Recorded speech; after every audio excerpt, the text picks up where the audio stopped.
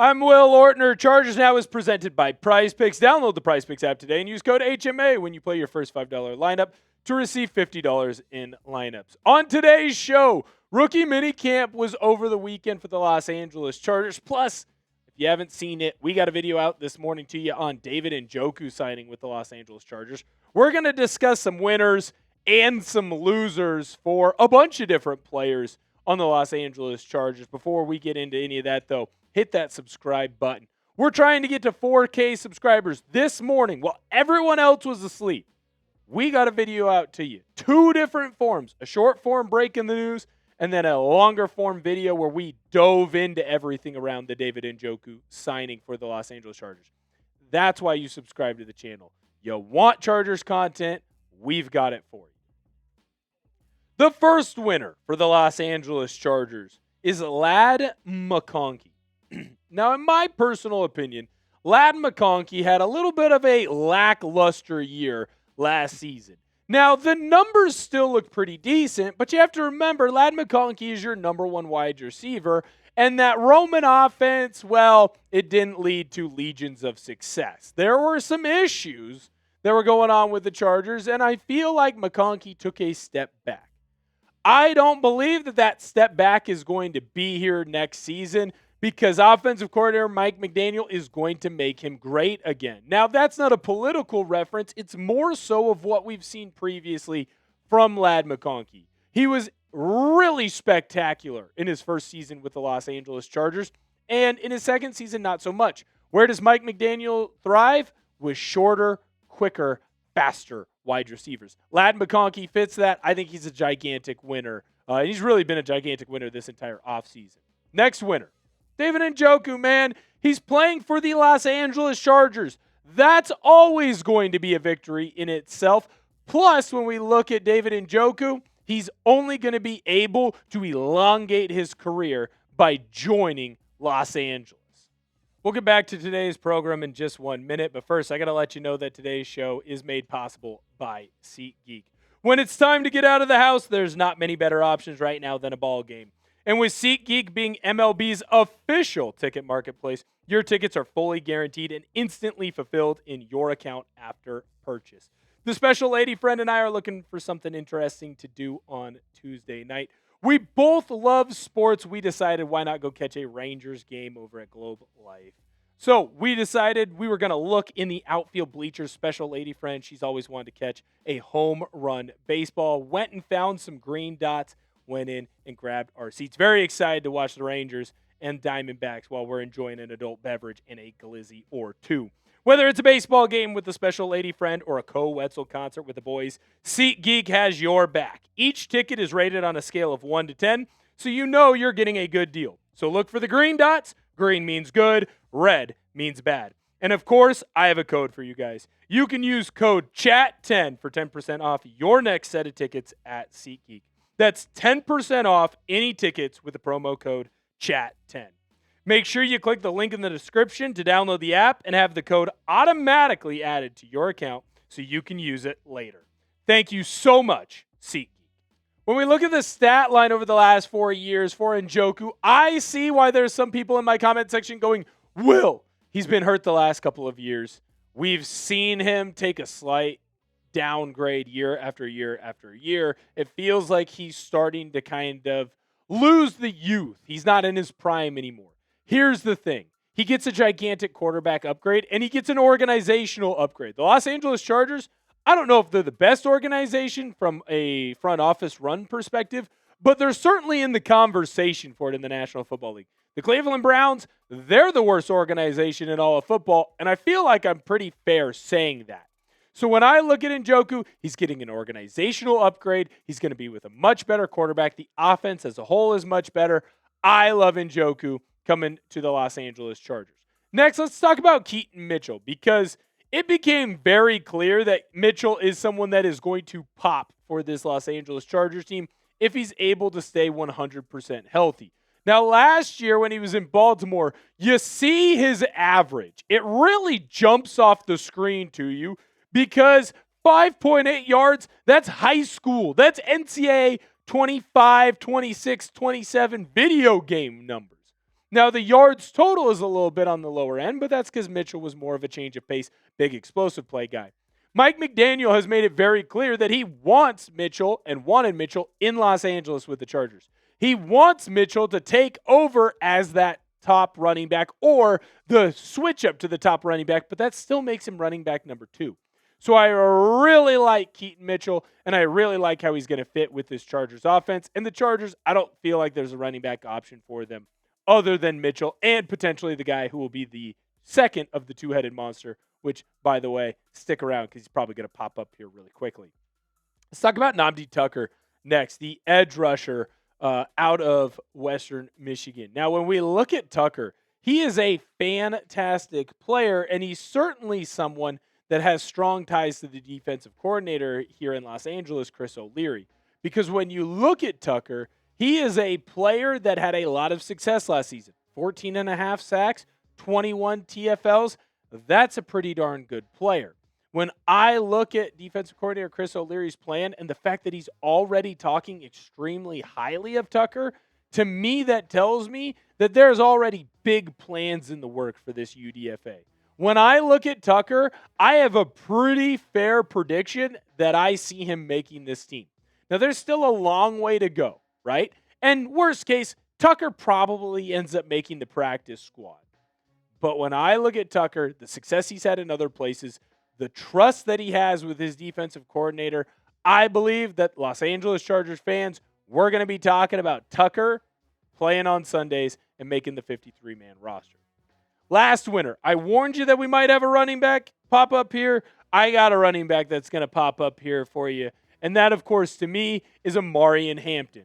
When I look at Omarion Hampton, I think that he is going to absolutely explode in this offense. And now, look, I already talked about Keaton Mitchell, but you do need to have a running back that's got great vision. And when I look at Hampton, obviously a lot of injuries last season. It wasn't great for him, so he might not have finished the season, definitely didn't finish the season as well as he would have wanted to. The average is still really high. I love that he's got a big breakaway 50-yard run there as well in a Greg Roman offense. When you look at this Chargers team, Mike McDaniel is going to set up an offense built on long outside zone runs. You need a running back who has great vision that's going to be able to find those holes, hit them, and explode, right? Omarion Hampton is someone that's going to be able to do that. We already know that McDaniel loves Keaton Mitchell, but he's also in love and does love Hampton.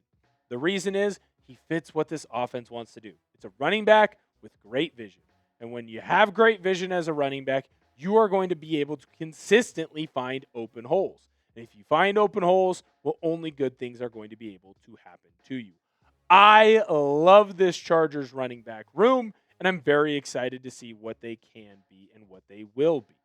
Who was the biggest winner for the Chargers after rookie minicamp? Let me know your opinion down below in the comment section. Obviously, a lot of winners for this Chargers team. Not a lot of them are actually rookies, which I find very interesting, but it's just the truth. Now, you're going to see some people that pop up on the losers side of things. They're going to pop up there because of rookies for the most part. But rookie minicamp, there have been a ton of big moves, and obviously the David Njoku signing. So that's where we come up with our winners and our losers. You let me know who your biggest winner or loser was. We'll start with winner right now after Chargers rookie minicamp. It could also be me. It could also be you because we got a ton of great content out here on the channel.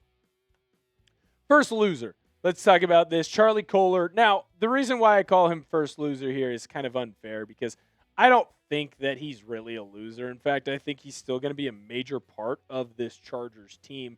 But let's just call a spade here. Kolar was the third tight end when he was over in Baltimore, and he thought that he could potentially be the number 2 tight end and was hoping to be the number 2 tight end, get more opportunities not just to be on the field and be a blocker, but really be on the field and grow as a pass-catching option, right? We see from the stats, decent pass-catching option, maybe not the greatest. Now, when I look at Kolar, unfortunately, he's back to being a tight end number 3 here. David Njoku, to me, is the clear number 2. Now, obviously, with everything that's been going on, Njoku's gotten beat up a little bit.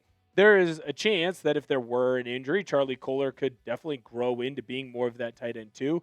But right now, I feel pretty confident in saying that he's tight end number 3. And that is a slight downgrade on the depth chart from where he was last we talked on Sunday. I mean, shoot, he was probably tight end 3 going into rookie minicamp.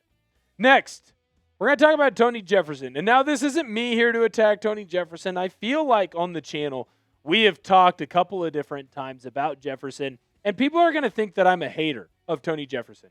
And that's just simply not true. I actually think he's a very good football player, and I like what he's been able to do throughout his career, but more importantly, what he's been able to do with the Los Angeles Chargers. Now, obviously, he has that retirement year in 23, but the stats have been pretty darn good the rest of the way. In fact, last year, I thought that Tony Jefferson really exploded into being a very good player for this Chargers team, and really brought back the clock, if you will. Now, unfortunately for Jefferson, although I do feel like everyone kind of knows, Genesis Smith was drafted by the Los Angeles Chargers, and their plan is to essentially have Smith eventually replace Jefferson. Now, this isn't a knock on Jefferson. It's just the nature of the business. They call it not for long league for a reason, right? It's the NFL.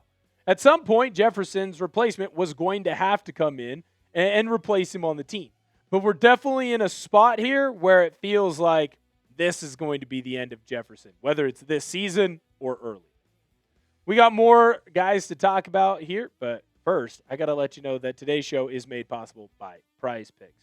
PrizePicks is America's #1 sports picks app and is the best place to win cash while watching sports. With playoff basketball finally here, there's no better time to cash in than with our friends at PrizePicks. And I'll tell you this, the app, it's really easy to use. To qualify for a PrizePicks lineup, pick 2 to 6 players and select more or less on stat projections, including points, rebounds, assists, three-pointers, and several others across all sports.